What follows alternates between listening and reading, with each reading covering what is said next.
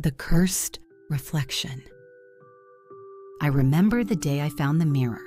It was tucked away in a forgotten corner of a tiny antique shop in Germany, hidden behind chipped furniture and dusty porcelain dolls. I'd spent hours searching for something special to bring back from our honeymoon, something to remind me that I was still young, still beautiful.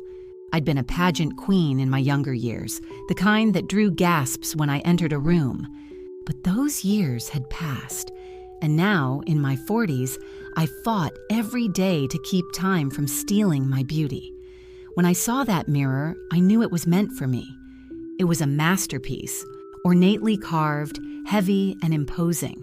The wood looked almost black, with twisted designs of vines or serpents creeping along the edges. The glass itself had that perfect, soft wave, the kind that made your reflection seem just a little bit magical. I imagined myself standing in front of it every morning, putting on my makeup, feeling like I was still that beauty queen. Philip, my new husband, didn't understand my obsession with the mirror, but he didn't need to. He wasn't a part of this part of my life. I brought it back home and placed it over my vanity in the master bedroom, replacing the modern, clean-lined mirror that had hung there before. It felt right, perfect even, and for a while, it was. But then, the dreams started. At first, they were vague. Me standing in front of the mirror, brushing my hair or applying lipstick, the usual routine. But something was off. I'd catch a flicker of movement behind me, something shifting in the glass, the shadowy figure of a woman just out of focus, staring at me. And there was this voice, faint and taunting, saying things like, "You're not as beautiful as you think you are," or "Time is catching up with you." I'd wake up, heart pounding, my face slick with sweat, and brush it off as nothing more than my own insecurities creeping into my subconscious. But then, reality started blending with the dreams. Every morning I'd sit down at my vanity and apply my makeup, examining every line, every pore, every flaw that seemed to multiply overnight. And every morning I'd hear it, soft whispers, barely there but unmistakable. "She's younger than you, prettier than you, she makes you look old." The words were like poison, seeping into my mind. I tried to ignore them, but they lingered, growing louder each day. It got worse when Maisie arrived. Philip's daughter from his first marriage had been away at college, but now she was coming to stay with us for a few weeks. The moment she walked into the house, I could feel it. That sting, that realization that everything the mirror had been whispering was true. Maisie was young, fresh-faced, effortlessly radiant. I hated how she carried herself, how she moved through the house as if she owned it.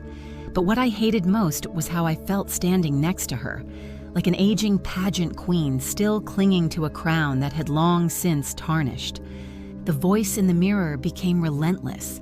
Every morning as I dabbed concealer under my eyes or lined my lips, I'd see that shadowy figure behind me, clearer now, her eyes dark and filled with contempt.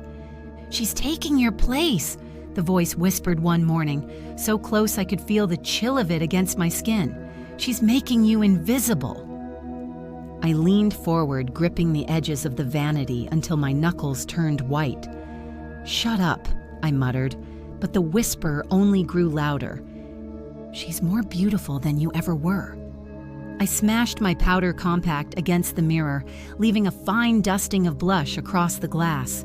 My reflection stared back at me, cracked and broken, but behind the fractures, I saw her smiling. That was the moment I began to unravel. Every time Maisie laughed, every time she flipped her hair over her shoulder or flashed one of her perfect, pearly smiles, I felt that gnawing, sickening twist in my stomach. I tried to tell myself that I was imagining things, that the mirror was just a stupid piece of old glass, but every morning it was the same. The voice whispering, the shadowy figure behind me, and the unmistakable sense that I was being replaced. Then came the night I caught Maisie standing in front of my mirror. I woke up to a soft, shuffling sound coming from the master bedroom. At first, I thought it was the house settling, but then I heard it again, a faint, muffled voice. I slipped out of bed, my heart racing, and crept toward the doorway. There, bathed in the soft glow of the vanity lights, stood Maisie. She was staring into the mirror, her hand raised as if she were about to touch the glass, and for the briefest moment, I saw it. The shadowy figure behind her, reaching out. "What are you doing?" I snapped, and Maisie jumped, spinning around to face me. I just wanted to look," she stammered, but I saw the flash of guilt in her eyes, the way she instinctively stepped back from the mirror as if she'd been caught. "Stay out of my room," I hissed, and for the first time I saw a flicker of fear cross her face. The next few days were a blur. The voice grew louder, more insistent, and I could feel myself slipping away. I stopped eating, stopped sleeping, obsessed over every wrinkle, every gray hair that seemed to appear overnight. I couldn't stand the sight of Maisie, the way her skin glowed, the way she moved through the house as if she belonged there.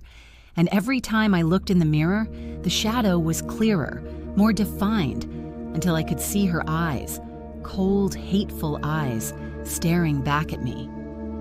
"You know what you have to do," she whispered one morning as I applied my mascara with a trembling hand.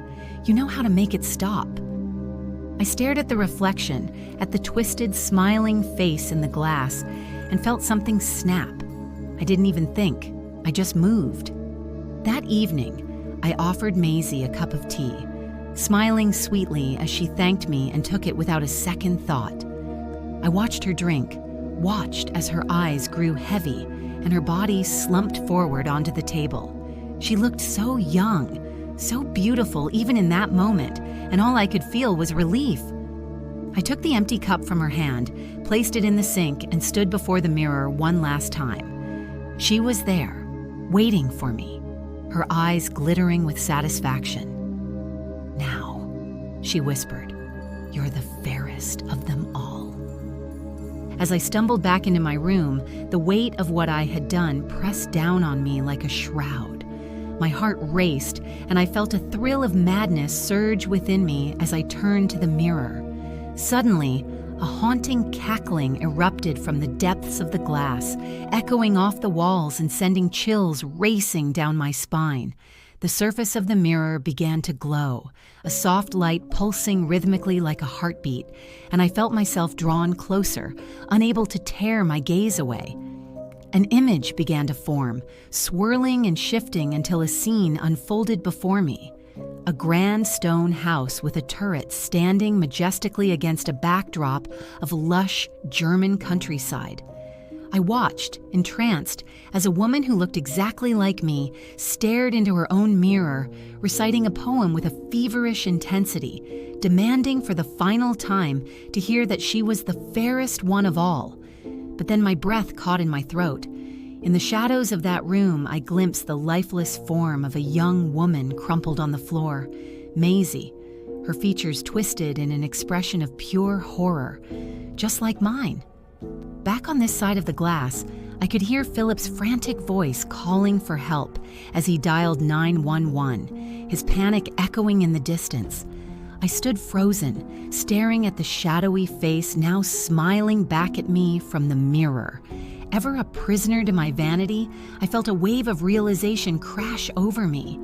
I thought I had escaped my past life, but as the echo of the laughter faded into silence, I understood the terrible truth. I hadn't discovered an old magic mirror. It had found me again.